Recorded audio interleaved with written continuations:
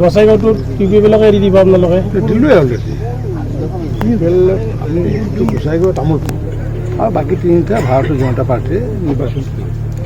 হাগ্ৰামাৰী sir যিটো কথা কৈ আছে যে বিজেপিৰ লগত মিত্ৰতা হৈ আছে এইটো মানে মিছা কথা কৈছে নেকি?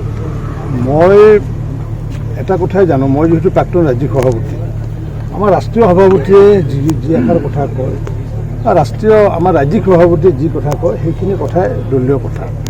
তাৰ বাহিৰে কোনো কথাই দলীয় কথা হ'ব নোৱাৰে। গতিকে আমাৰ দলীয়ভাৱে ৰাজ্যিক সভাপতিয়ে যিহেতু যোৱাকালিও সংবাদমেল যোগে কথা স্পষ্ট কৰিছে যে আমাৰ মিত্ৰতা আছে UPPLৰ লগত, আমাৰ মিত্ৰতা আছে অসম গণ পৰিষদৰ লগত। গতিকে কোনোবাই বেলেগে কি কৈ থাকে সেইটো আমাৰতো ক'বলগীয়া একো নাই।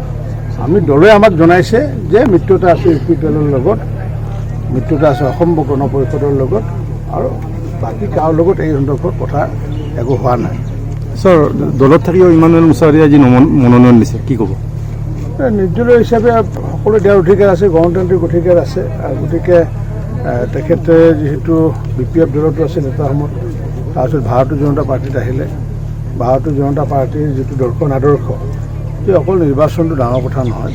আমি তেওঁক আহ্বান জনাইছোঁ এতিয়াও যে তেওঁ দলৰ লগতে থাকক, কাৰণ কিয় দলে আগন্তুক দিনত যি কৰিবলগীয়া আছে, যাক যি সন্মান যেতিয়া পাবলগীয়া আছে দি আহিছে দলে।